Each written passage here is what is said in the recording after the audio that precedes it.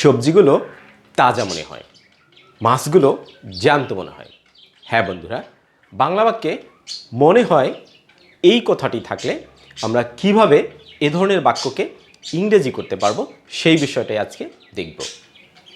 বাংলায় মনে হয়, ইংরেজিতে এই কথাটি আমরা বলি সিম দিয়ে, SEEM, সিম। সিম মানে মনে হয়। চলুন আমরা দেখে নেই আজকের বাংলা বাক্যগুলো কিভাবে ইংরেজি করা যায়। SEEM, সিম মানে মনে হয়। প্রথম বাক্য, মাছগুলো পচা মনে হয়। লক্ষ্য করুন, এখানে এই যে মনে হয় কথাটি রয়েছে। আমরা এই বাংলা বাক্যের সাবজেক্ট কি খুঁজে পাই? সাবজেক্ট এখানে মাছগুলো, দি ফিশেস। দেন এই মনে হয়, মনে হয় ইংরেজি আমরা লিখেছি সিম। এই সিমের পরে একটি ওয়ার্ড যুক্ত করতে হবে to be. The fishes seem to be. মাছগুলো মনে হয়। এখন কি বাকি রইল? রইল বা কি? পচা। পচা ইংরেজি কি? পচা ইংরেজি হচ্ছে rotten, ROOTEN, rotten. The fishes seem to be rotten. আবার একটু লক্ষ্য করি, আমরা মাছগুলো সাবজেক্ট, এটা ইংরেজি করলে কি হয়? দ্য ফিশেস, প্লুরাল, মাছগুলো আছে তাই ফিশের সাথে আমরা ইএস যুক্ত করলাম। দেন মনে হয় সিম টু বি, পচা, rotten. The fishes seem to be rotten. মাছগুলো পচা মনে হয়। এখন ভিউয়ার্স, আমরা যদি মাছগুলো পচা মনে হয় না, অর্থাৎ বাক্যটার সাথে একটা না শব্দ জুড়ে দিই, অর্থাৎ নেগেটিভ করি, তাহলে আমরা কি করব? দি fishes seem to be rotten. এই বাক্যটাতে আমরা জাস্ট ফিশেসের পরে একটা ডু নট ব্যবহার করব। The fishes do not seem to be rotten.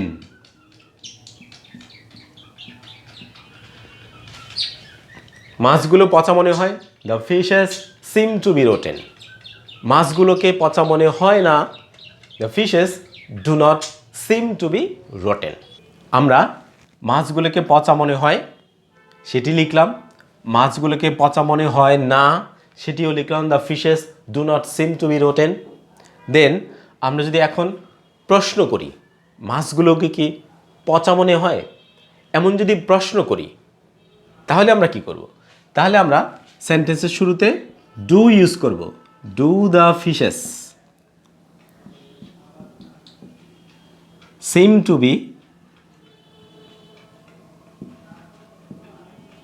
B rotten. তখন একটা কোশ্চেন মার্ক দিতে হবে। Do the fishes seem to be rotten. মাছগুলো কি পচা মনে হয়? 2 নম্বর বাক্য, তাকে ধনী মনে হয়। এই সেন্টেন্সের মধ্যেও আমরা মনে হয় কথাটি পেলাম। আমরা আগেই বলেছি মনে হয় থাকলে কি করতে হবে? প্রথমে সাবজেক্ট, এই বাক্যের সাবজেক্ট হচ্ছে তাকে, অর্থাৎ হি। দেন মনে হওয়ার জন্য কি করতে হবে? মনে হওয়ার জন্য সিম টু বি লিখতে হবে, SEEM, SIM, then to B. এখন বন্ধুরা লক্ষ্য করুন, এখানে আমাদের এই যে সাবজেক্টটা আছে সেই সাবজেক্টটা কিন্তু থার্ড পারসন। যদি থার্ড পারসন হয় এবং এখানে ভার্বটা যদি প্রেজেন্ট ফর্ম থাকে, তখন কিন্তু তার সাথে একটা এস বা ইএস যুক্ত করতে হয়। তাই আমাদের এই সিমের সাথে একটা এস যুক্ত করতে হবে। হি সিমস টু বি ধনী। ধনী ইংরেজি কি? ধনী ইংরেজি হচ্ছে rich. He seems to be rich, তাকে ধনী মনে হয়। এখন যদি he seems to be rich এই বাক্যটাকে নেগেটিভ করি, অর্থাৎ তাকে ধনী মনে হয় না, এই কথাটি যদি আমরা বলতে চাই, তাহলে আমরা কি করব? এখানে যেহেতু সিমের সাথে এস আছে, তাই আমরা এই হি সাবজেক্টের পরে, আগের বাক্যে যেমন দ্য ফিশেসের পরে ডু নট ব্যবহার করেছি, এখন এই বাক্যের সাথে এস থাকার জন্য অথবা এই সাবজেক্টটা থার্ড পারসন হওয়ার জন্য আমরা ডাজ নট ব্যবহার করব। যেমন he does not seem to be rich,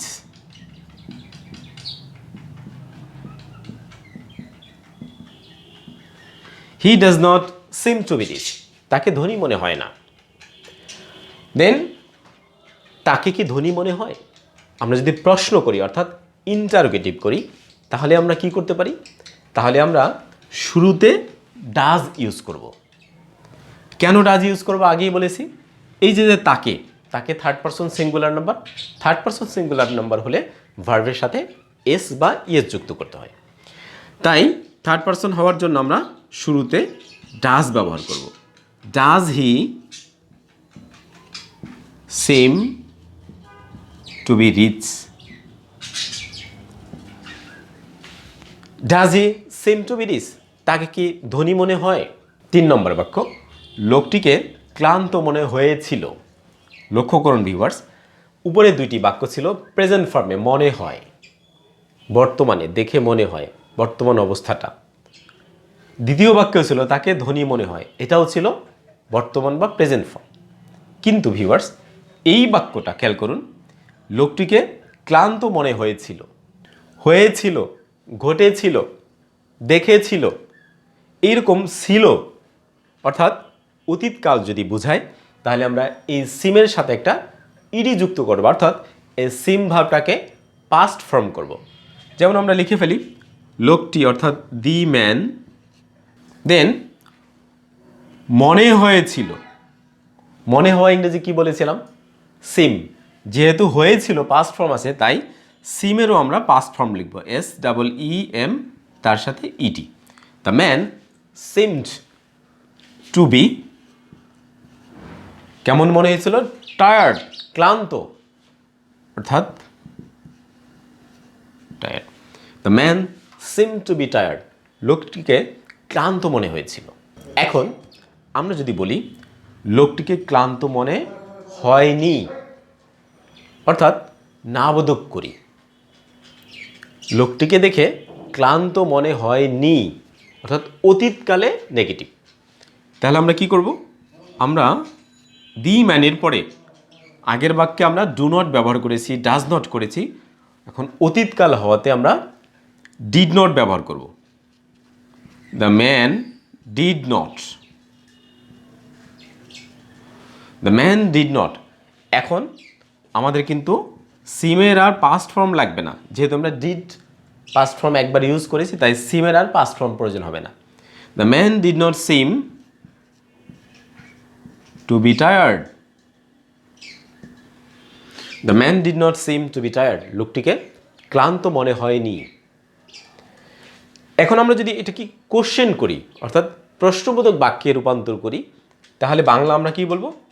লোকটিকে কি ক্লান্ত মনে হয়েছিল? তাহলে আমরা প্রশ্ন করার জন্য ডিড বাক্যের শুরুতে লিখব। আগের বাক্যে আমরা লিখেছিলাম ডু, ডাজ, আর এটি যেহেতু পাস্ট ফর্ম হয়েছিল, তাই আমরা ডিড ব্যবহার করব। Did the man seem to be tired, লোকটিকে কি ক্লান্ত মনে হয়েছিল? 4 নম্বর বাক্য, ছেলেটিকে অলস মনে হয়েছিল। মনে হয়েছিল এটিও পাস্ট ফর্মে আছে, তাহলে ফার্স্ট ফর্ম থাকলে আমরা এই সিমের সাথে জাস্ট ইডি যুক্ত করব, আর সব কিছু আগের মতোই। যেমন এখানে আমাদের প্রথমে কি করতে হয়? আমাদের প্রথমে সাবজেক্ট লিখতে হয়, সাবজেক্ট এখানে ছেলেটি, তাহলে দি বয়।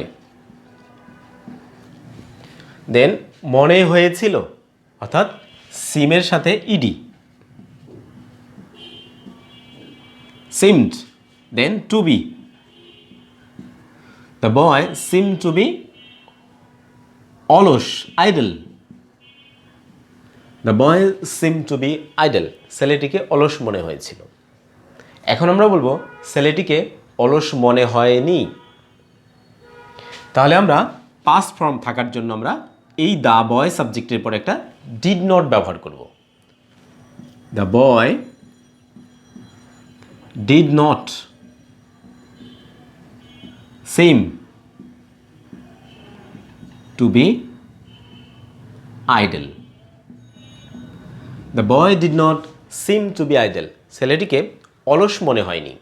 এখন আমরা এই বাক্যকে যদি প্রশ্নে রূপান্তর করতে চাই, তাহলে আমরা এভাবে বলতে পারি ছেলেটিকে কি অলস মনে হয়েছিল? এই প্রশ্ন করার জন্য যেহেতু অতীতকালে আছে তাই আমরা সেন্টেন্সের শুরুতে ডিড ব্যবহার করি। Did, then subject the boy, seem. এখন কিন্তু পাস্ট ফর্ম হবে না, যেহেতু এখানে ডিড একবার ব্যবহার হয়েছে। Did the boy seem to B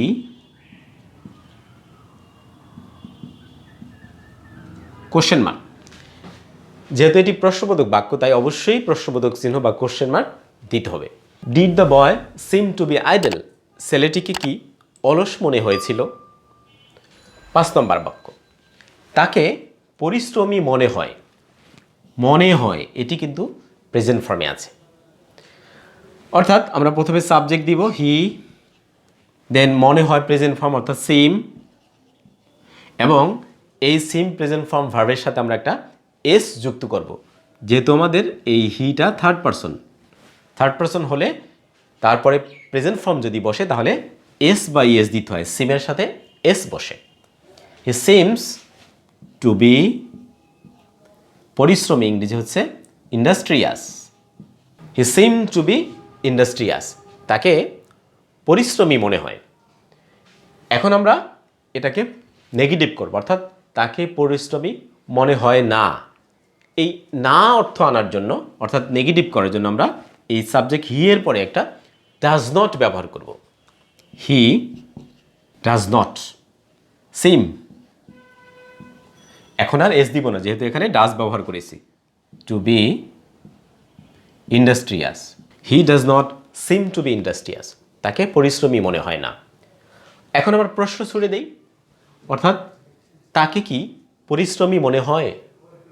এই প্রশ্ন করার জন্য সেন্টেন্সের শুরুতে আমরা ডাজ ব্যবহার করব।